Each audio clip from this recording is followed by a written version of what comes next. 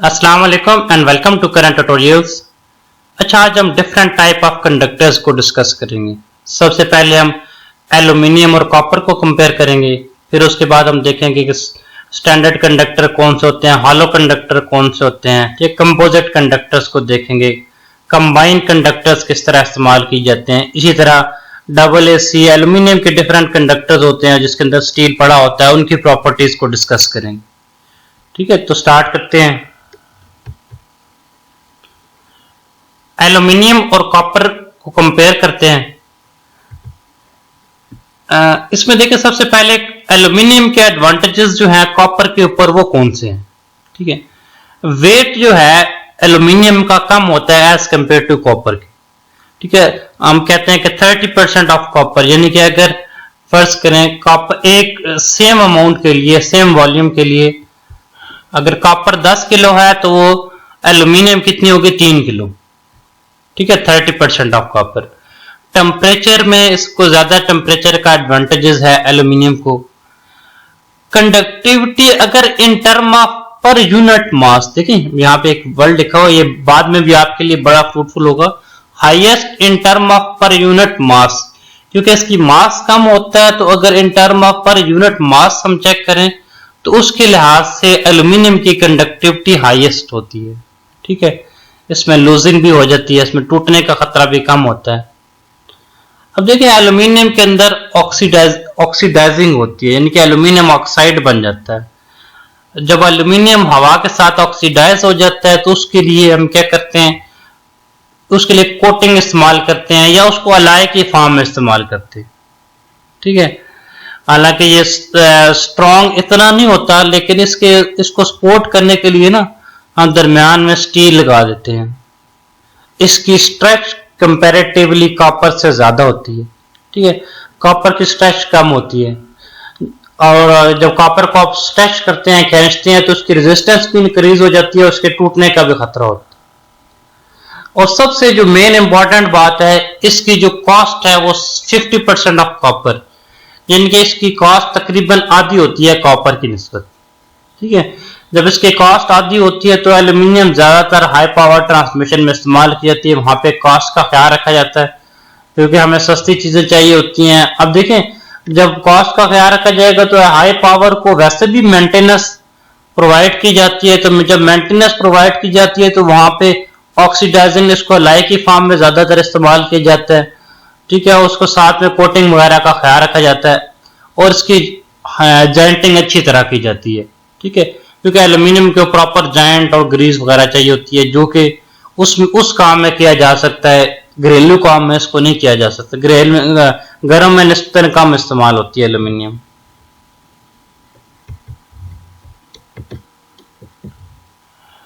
Copper advantages over aluminium.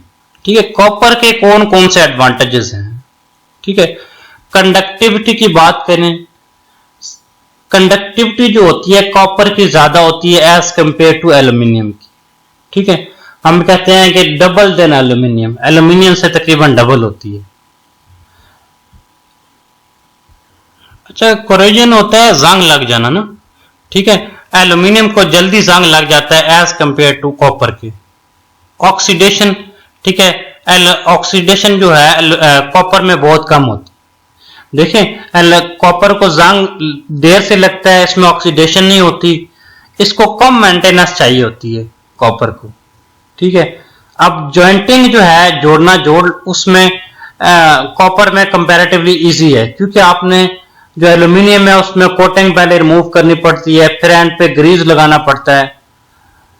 इसके अलावा thermal stress जो है वो भी कॉपर की बेहतर है एज कंपेयर टू एल्यूमिनियम की, क्योंकि एल्यूमिनियम में जॉइंट वगैरह लगते हैं तो वहां थर्मोस्टेट का काफी मसला होता है, जिसकी वजह से आग भी लग सकती है अगर घरों में इस्तेमाल किया जाए तो।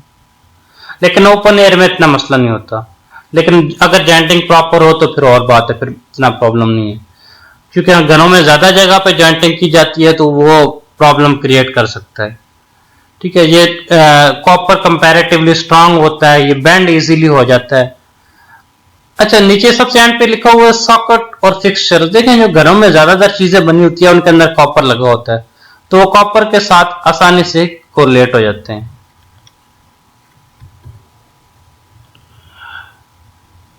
अच्छा ओवरऑल देखें, ठीक है, वेट में एल्यूमिनियम कम है ना और कॉपर का ज्यादा वेट है। टेम्परेचर के लिहाज से एल्यूमिनियम को एडवांटेज हासिल है कॉपर के ऊपर। कंडक्टिविटी की बात करें तो कंडक्टिविटी ओवरऑल जो है कॉपर की ज्यादा है, लेकिन क्योंकि एल्यूमिनियम का वेट कम होता है, वेट अगर वेट इसका 30% होता है, तो 30% के वेट के लिहाज से अगर किया जाए तो ये देखिए यहाँ पे लिखा हुआ है highest in term of per unit mass. अगर वेट के सेंस में देखा जाए तो फिर इसकी ज्यादा है, लेकिन ओवरऑल इसकी ज्यादा होती है, ठीक है। इसमें लूज होने का कॉपर में ज्यादा मसला होता है, इसमें जंग लगना कॉपर में ज्यादा, ऑक्सीडेशन कोलिजन का मसला होता है, ऑक्सीडेशन का मसला कॉपर में होता है, ठीक है। इसीलिए इसको ज्यादातर अलाय फॉर्म में इस्तेमाल किया जाता है। आगे चल में हम देखेंगे double A C conductor, triple A C conductor, A C S R, इसी तरह। जब ऑक्सीडेशन होती है तो उसको मेंटेनेंस ज्यादा चाहिए होती है एल्यूमिनियम को एज कंपेयर टू कॉपर की, ठीक है। इसके अलावा ऑक्सीडेशन के लिए ऊपर कोटिंग वगैरह इस्तेमाल की जाती है, ग्रीज इस्तेमाल की जाती है। तो जब जॉइंट करते हैं तो हमें वो सारी रिमूव करनी पड़ती है। जब वो रिमूव करनी पड़ती है तो जॉइंटिंग कंपैरेटिवली डिफिकल्ट होती है एल्यूमिनियम में एज कंपेयर टू कॉपर की, ठीक है। जब जॉइंट डिफरेंट जगह पे लगाते हैं, ठीक है, तो उस वजह से थर्मोस्टेट का मसला पैदा होता है जो कि आग लगने का बायस बन सकता है, और ये मसला होता है एल्यूमिनियम में ना। स्ट्रांग होती है कॉपर ज्यादा स्ट्रांग होती है, लेकिन इसको एल्यूमिनियम सस्ती होती है तो इस वजह से इसको इस्तेमाल साथ में दरमियान में स्टील की तार डाल के भी इस्तेमाल किया जाता है इसको स्ट्रांग बनाने के लिए। स्ट्रेच इसमें ज्यादा होती है एल्यूमिनियम में। इसमें जब आप कॉपर को खींचते हैं तो उसकी रेजिस्टेंस भी इंक्रीज हो जाती है और ये टूटने का खतरा भी होता है, ठीक है। बेंड इजीली हो जाता है कॉपर। ज्यादातर फिक्सर जो है हमारे कॉपर के बने होते हैं, ठीक है। सबसे मेन चीज जो कॉस्ट है, कॉस्ट एल्यूमिनियम की कम होती है, तो कॉस्ट रियली मैटर्स है ना। तो इस वजह से ज्यादा एल्यूमिनियम इस्तेमाल की जाती है। हाई टेंशन में इसको इस्तेमाल किया जाता है, इसको ज्यादातर घरों में इस्तेमाल किया जाता है कॉपर को, क्योंकि जो घर के सारे सॉकेट्स वगैरह होते हैं वो कॉपर के ज्यादातर बने होते हैं। अच्छा, टाइप ऑफ कंडक्टर है सॉलिड, हॉलो, स्टैंडर्ड, कंपोजिट और बंडलिंग, ठीक है। इनमें क्या फर्क होता है एक दूसरे पे किसको ज्यादा फोकियत हासिल है, किसमें क्या हिसाब किताब होता है वो चेक करते हैं। देखिए सॉलिड कंडक्टर होता है एक सीधा सीधा मोटा एक आम एक ही तार हो जिसके अंदर मोटी सी ना, ठीक है। इसको एक वैसे सिंगल कंडक्टर को स्ट्रैंड भी कहते हैं। देखिए सिंगल कंडक्टर होता है, ये शॉर्ट लेंथ के लिए इस्तेमाल किया जाता है सॉलिड कंडक्टर। ज्यादातर सब स्टेशन में इस्तेमाल करते हैं इसको। अब देखिए एक ही मोटा कंडक्टर है तो इसमें एजेस के ऊपर जब करंट बहती है तो अफेक्टिव एरिया जो होता है करंट के गुजरने का अफेक्टिव एरिया कम होता है, ठीक है। दरमियान में उसमें फ्लक्स टकराता है तो दरमियान में फ्लक्स जो फ्लो ऑफ करंट नहीं होता, ठीक है। एजेस पे करंट बहता है। जब एजेस पे करंट बहता है तो resistance R is equal to rho L over A होता है, ठीक है। जब इफेक्टिव एरिया कम हो जाता है, तो रेजिस्टेंस क्या हो जाती है, ज्यादा हो जाती है, क्योंकि रेजिस्टेंस जो है एरिया के इनवर्स प्रोपोर्शनल है। एरिया कम हो गया, रेजिस्टेंस ज्यादा होगी, ठीक है। जब रेजिस्टेंस ज्यादा हो जाती है तो हमारे कॉपर लॉसेज किस तरह फाइंड करते हैं, I स्क्वायर R से, ठीक है। I स्क्वायर R से फाइंड करते हैं। जब R ज्यादा होगी तो कॉपर लॉसेज इसमें ज्यादा हो जाएंगे। हॉलो कंडक्टर्स, ठीक है, कुछ इस तरह से नजर आते हैं। देखिए दरमियान में इनके सुराख हुआ पड़ा है, हॉलो हुआ पड़ा है ना। ये सारे केसेस में एक जैसे नजर आ रहे हैं आपको, दरमियान में एक सुराख बीच में नजर आ रहा हूं। शॉर्ट लेंथ के लिए इस्तेमाल किए जाते हैं, ज्यादातर सब स्टेशन में इस्तेमाल करते हैं। अच्छा, इनको कूलिंग भी चाहिए होती है। अब देखें कंडक्टर्स बहुत चढ़ा है तो उसका रेडियस ज्यादा है ना, ठीक है। जब हॉलो कंडक्टर का रेडियस हमारा पीछे जो हमने सॉलिड कंडक्टर देखा था उससे ज्यादा है। जब इसका रेडियस ज्यादा है तो इसकी इलेक्ट्रिक फील्ड भी ज्यादा होगी, क्योंकि E इज इक्वल टू होता है lambda over 2 pi epsilon not R। जब रेडियस और इलेक्ट्रिक फील्ड आपस में एक दूसरे के इनवर्स प्रोपोर्शनल होते हैं। जब रेडियस ज्यादा हो गया तो इलेक्ट्रिक फील्ड क्या होगी, कम होगी। इलेक्ट्रिक फील्ड के कम होने से क्या फर्क पड़ेगा इसके ऊपर, जब इलेक्ट्रिक फील्ड कम होगी तो उसका कोरोना लॉस कम होगा, ठीक है। स्टैंडर्ड कंडक्टर क्या होते हैं ये देखते हैं। देखिए स्टैंडर्ड कंडक्टर इस तरह से होते हैं, मतलब एक से ज्यादा स्ट्रैंड्स को आपस में मिला के बनाए जाते हैं, ठीक है। इसमें कुछ में गोल तारें लगाई जाती हैं, कुछ में इस तरह के चिपटी हुई तारें होती हैं। जिसमें गोल तारें होती हैं उसको स्टैंडर्ड कंडक्टर RW कहते हैं, राउंड वायर वाला ना। इसमें हार्ड ड्रॉन एल्यूमिनियम इस्तेमाल किया जाता है। इसी तरह जिसमें ये वाली तारें होती है, ये इसको ट्रेपोजाइडल वायर कहते हैं। इसमें ये इसका फायदा ये होता है कि इससे ना वेंटिलेशन इसकी अच्छी होती है, इसका टेम्परेचर इसको ना इसके हाई टेम्परेचर के अगेंस्ट ना ज्यादा इफेक्टिव होता है एज कंपेयर टू ये राउंड वायर वाले। अच्छा देखो स्ट्रैंड जो है एक सिंगल वायर को कहते हैं, ठीक है। कॉपर नहीं इस्तेमाल किया जा सकता स्टैंडर्ड कंडक्टर्स में क्योंकि उसके अंदर ट्विस्टिंग पावर कम होती है, ठीक है। जब ट्विस्टिंग पावर कम होती है तो कॉपर जब नहीं इस्तेमाल कर सकते तो हम एल्यूमिनियम इस्तेमाल करते हैं, ठीक है। तो स्टैंडर्ड कंडक्टर में सिर्फ एल्यूमिनियम इस्तेमाल किया जाता है। More effective area for current to flow, देखें ये ओवरऑल जो है, देखिए ना, एक कंडक्टर की बजाय आपने ज्यादा कंडक्टर लगा दिए तो ओवरऑल एरिया क्या बन गया, इसका बढ़ गया। जब इफेक्टिव एरिया बढ़ गया तो इसकी रेजिस्टेंस क्या हो जाएगी, कम हो जाएगी, क्योंकि रेजिस्टेंस जो होती है वो एरिया के इनवर्स प्रोपोर्शनल होती है। एरिया बढ़ने से रेजिस्टेंस कम हो जाएगी। जब रेजिस्टेंस कम हो जाएगी तो रेजिस्टेंस के अगेंस्ट जो लॉसेज होते हैं I²R लॉसेज, R के कम होने से I²R लॉसेज यानी कि कॉपर लॉसेज कम हो जाएंगे।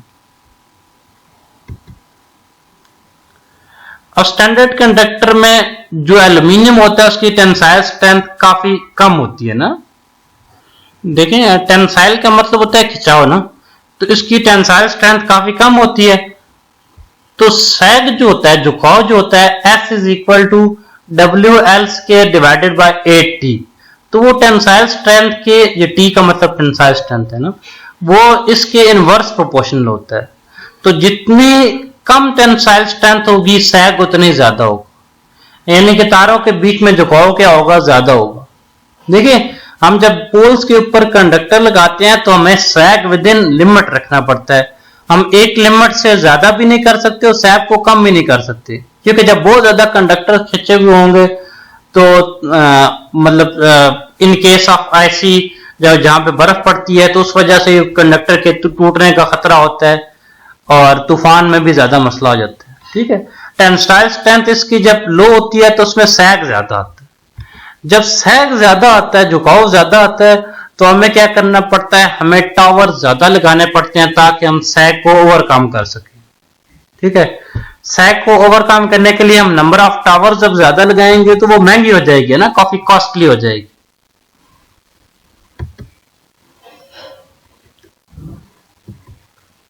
अच्छा स्टैंडर्ड कंडक्टर्स की कुछ टाइप्स होती हैं। All aluminium conductor, AAC conductors. देखिए इसके अंदर टोटल एल्यूमिनियम होता है ना। ये एक स्टैंडर्ड कंडक्टर है, ठीक है, जिसमें नंबर ऑफ कंडक्टर्स काफी ज्यादा स्टैंड आपस में मिलके एक एल्यूमिनियम का स्टैंडर्ड कंडक्टर बनाते हैं, ठीक है। एल्यूमिनियम के अंदर प्योर एल्यूमिनियम इस्तेमाल किया जाता है, ठीक है। हाई रेजिस्टेंस अगेंस्ट कोरोजन, इसमें काफी जंग के अगेंस्ट हाई रेजिस्टेंस होती है। कोस्टल एरिया में ज्यादातर इस्तेमाल करते हैं इसको। देखिए एल्यूमिनियम की टेंसाइल स्ट्रेंथ यानी कि उसकी लचक या खिंचाव ज्यादा होता है। जब उसमें खिंचाव ज्यादा होता है तो उसमें सैग ज्यादा आता है। तो AAC कंडक्टर के अंदर सैग ज्यादा आता है। जब सैग ज्यादा आता है तो हमें खंभे ज्यादा लगाने पड़ते हैं सैग को ओवरकम करने के लिए, तो फिर हमें ये काफी महंगी पड़ जाती है, कॉस्टली होती है। AAC conductor, all aluminium alloy conductor, इसमें देखिए AAC वाले के केस में हमें इसका काफी टेंसाइल स्ट्रेंथ काफी कम होती है, तो इसको ओवरकम करने के लिए हम एल्यूमिनियम का एलॉय कोई फॉर्म में इस्तेमाल करते हैं। जब एलॉय की फॉर्म में इस्तेमाल करते हैं तो इसकी टेंसाइल स्ट्रेंथ काफी बेहतर हो जाती है। ठीक है, आपको कंपैरेटिवली ज्यादा स्पैम मिल जाता है खम्भों के बीच में। ठीक है, डबल एसी की निस्बत आपको ज्यादा बेहतर कंडक्टर मिल जाता है एलॉय की फॉर्म में। तो ये ज्यादातर रेलवे क्रॉसिंग और हिल एरियाज में इस्तेमाल किया जाता है। ठीक है, कोरोजन के अगेंस्ट इसकी मॉडरेट रेजिस्टेंस होती है। कंपोजिट स्टैंडर्ड कंडक्टर, देखिए स्टैंडर्ड कंडक्टर वो होता है जिसमें सिर्फ ये वाले तारे हो ना, देखें ये इस तरह से ना, ये स्टैंडर्ड कंडक्टर है। कंपोजिट कहते हैं मिक्सचर को। कंपोजिट स्टैंडर्ड कंडक्टर में आप कंडक्टर भी लगाते हैं और उसके बीच में सहारा देने के लिए ना बीच में स्टील या कोई कंबाइन चीज, कोई कंपोजिट चीज सिर्फ बीच में लगा देते हैं जो इस कंडक्टर को मजबूत बना देती है। ठीक है, क्योंकि हमारे जो ओरिजिनल वाले कंडक्टर थे इसमें टेंसाइल स्ट्रेंथ काफी कम थी, तो इसको इंप्रूव करने के लिए इसमें कंपोजिट कंडक्टर्स इस्तेमाल किए जाते हैं ताकि इसमें कोई स्टील की वायर शेयर लगा के इसको ज्यादा पावरफुल बनाया जाता है। स्ट्रांग होते हैं। ठीक है, इनमें स्किन इफेक्ट काफी कम होता है जैसे पिछले केसेस में था। नॉन यूनिफॉर्म आउटर सरफेस, ठीक है, इसमें देखे ना कंपोजिट कंडक्टर्स हैं तो ये बाहर वाली आउटर सरफेस नॉन यूनिफॉर्म। जब नॉन यूनिफॉर्म आउटर सरफेस होती है तो हमारी इलेक्ट्रिक फील्ड ज्यादा आती है। ठीक है, जब इलेक्ट्रिक फील्ड ज्यादा आती है तो उसका नुकसान क्या होता है, हमारे कोरोना लॉस ज्यादा होते हैं। ठीक है, अच्छा कंपोजिट कंडक्टर्स की कुछ टाइप्स हैं वो देखते हैं। ACSS aluminium conductor steel supported. देखिए कंडक्टर एल्यूमिनियम का होता है, बीच में इसको सपोर्ट करने के लिए स्टील बीच में डाला जाता है। जैसे देखें दो तरह के एल्यूमिनियम कंडक्टर दिखाया गया, ये राउंड वायर है, ये ट्रेपेजॉइडल वायर है। ये बीच में इसको सपोर्ट करने के लिए क्या दिखाया गया, स्टील इसमें लगा हो। ठीक है, और राउंड वायर वाले गोल तारे हैं इसमें ना, तो हार्ड ड्रॉन एल्यूमिनियम इस्तेमाल होता है इसमें। ये ट्रेपेजॉइडल वायर वाला है जिसमें इस तरह की पट्टियां लगी होती हैं, इसकी जो है हाई टेम्परेचर जो है कैपेबिलिटी रखता है अपने अंदर। अच्छा ACSS में हायर टेंसाइल स्ट्रेंथ जब ज्यादा होती है, ठीक है, तो सैग कम होता है ना। ठीक है ना, जब आपने इसके अंदर इसको सपोर्ट करने के लिए इसके बीच में क्या कर दिया, स्टील लगा दिया, तो स्टील लगा दिया तो डबल AC या ट्रिपल AC से इसको एक एडवांटेज मिल गया कि इसके बीच में जब लगा हुआ स्टील, तो उस स्टील की वजह से इसकी टेंसाइल स्ट्रेंथ क्या हो जाती है, इसका खिंचाव की स्ट्रेंथ क्या हो जाती है, ज्यादा हो जाती है। जब वो ज्यादा होती है तो वो सैग के इनवर्स प्रोपोर्शनल होती है, तो सैग कम होता है। जब सैग कम होता है तो आप दो टावर्स के बीच में डिस्टेंस ज्यादा रख सकते हैं। जब डिस्टेंस ज्यादा रख सकते हैं तो वो सस्ती पड़ती है, कंपैरेटिवली लेस कॉस्टली या चीपर होती है कंपैरेटिवली।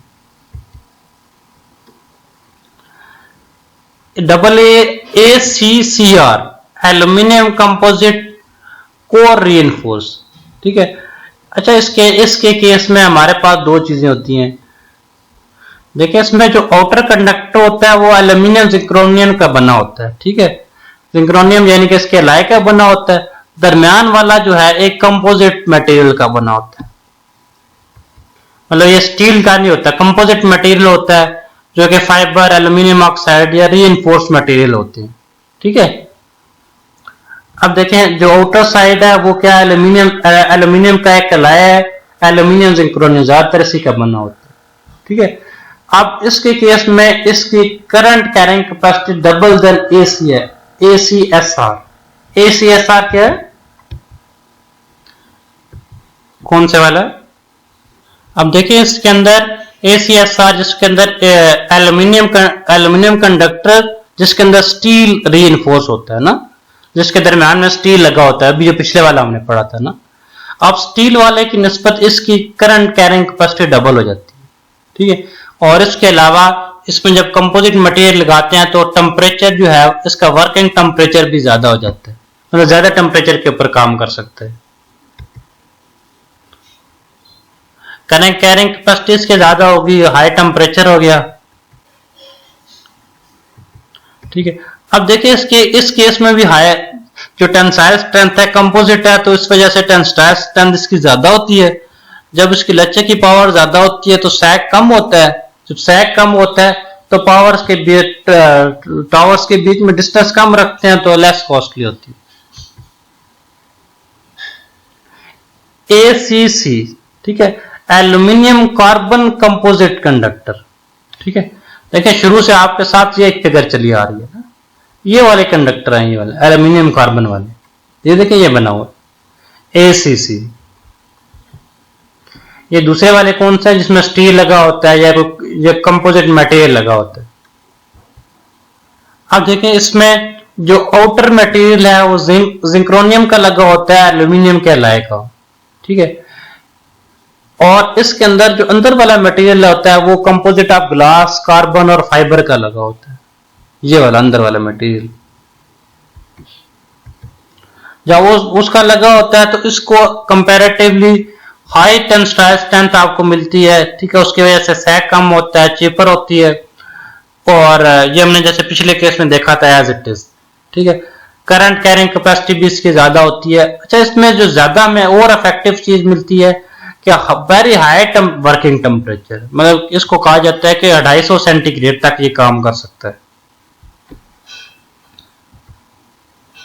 बंडलिंग ऑफ कंडक्टर्स, ठीक है, बंडलिंग ऑफ कंडक्टर, बंडल बनाना ना।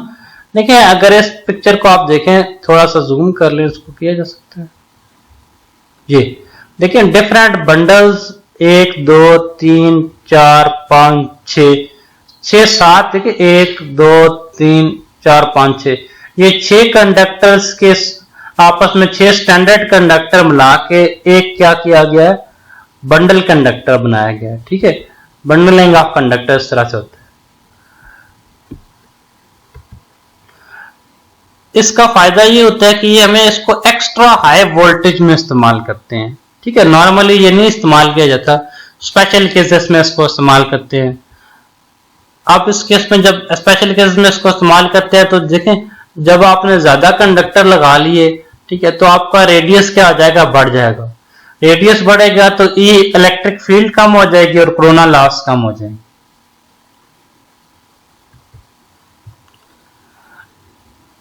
रेडियस वर्सेस कोरोना लॉस, देखें अगर एक कंडक्टर का रेडियस कम है और एक दूसरा कंडक्टर है जिसका रेडियस ज्यादा है, तो उस दोनों में क्या फर्क होगा।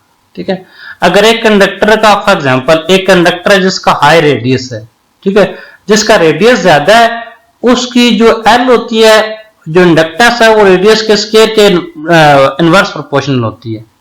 तो जितना रेडियस ज्यादा होगा उतनी इंडक्टेंस क्या हो जाएगी, कम हो जाएगी। जितनी इंडक्टेंस कम हो जाएगी, जब इंडक्टेंस कम होगी तो फ्लक्स लिंकेज क्या हो जाएगा, कम हो जाएगा। जब फ्लक्स लिंकेज कम हो जाएगा तो हमारा कोरोना लॉस भी कम होगा। ठीक है, तो जितना रेडियस ज्यादा होगा, ठीक है, जितना ज्यादा रेडियस होगा उतना कोरोना लॉस थोड़ा होगा। ठीक है, इस रेडियस का मतलब अफेक्टिव रेडियस के अंदर है। ठीक है, अगर आपका सॉलिड कंडक्टर है तो उसके केस में इफेक्टिव रेडियस कम होता है क्योंकि एजेस के ऊपर करंट पैना शुरू कर देती है। हॉलो कंडक्टर में ये कंपैरेटिवली ज्यादा होता है क्योंकि आपका जो इफेक्टिव रेडियस है वो ओवरऑल ज्यादा हो जाता है, क्योंकि जो आपके सॉलिड कंडक्टर है उस पे दरम्यान में इलेक्ट्रिक फील्ड टकराने की वजह से बीच में से करंट नहीं गुजरती। रेडियस वर्सेस मैक्सिमम पावर, ठीक है, रेडियस का मैक्सिमम पावर के साथ क्या रिलेशनशिप है। देखें, जो इंडक्टेंस होती है वो रेडियस के इनवर्स प्रोपोर्शनल होती है, लेकिन जब रेडियस हाई होता है तो इंडक्टेंस कम होती है। ठीक है, अब जब रेडियस कम होता है तो इंडक्टेंस ज्यादा होती है। तो हाई ले लेते हैं, हाई जब रेडियस हाई होता है तो इंडक्टेंस कम हो जाएगी। जब इंडक्टेंस कम हो जाएगी तो inductive reactance XL is equal to 2 pi FL होता है। जब इंडक्टेंस कम हो जाएगी तो इंडक्टिव रिएक्टेंस भी कम हो जाएगी। ठीक है, इंडक्टिव रिएक्टेंस भी रिड्यूस होगी। अब देखिए मैक्सिमम पावर के साथ इसका रिलेशनशिप चेक करना है, तो मैक्सिमम पावर का फार्मूला क्या होता है, P is equal to EV by X। ठीक है, तो मैक्सिमम पावर जो है इंडक्टिव रिएक्टेंस के इनवर्स प्रोपोर्शनल है जब XL रिड्यूस हो गया तो मैक्सिमम पावर क्या हो जाएगा, वो इंक्रीज कर जाएगा। ठीक है, आप करंट ट्यूटोरियल्स को सब्सक्राइब कीजिएगा, अपना ख्याल रखिएगा, इंशाल्लाह फिर मुलाकात होती है। अल्लाह हाफिज।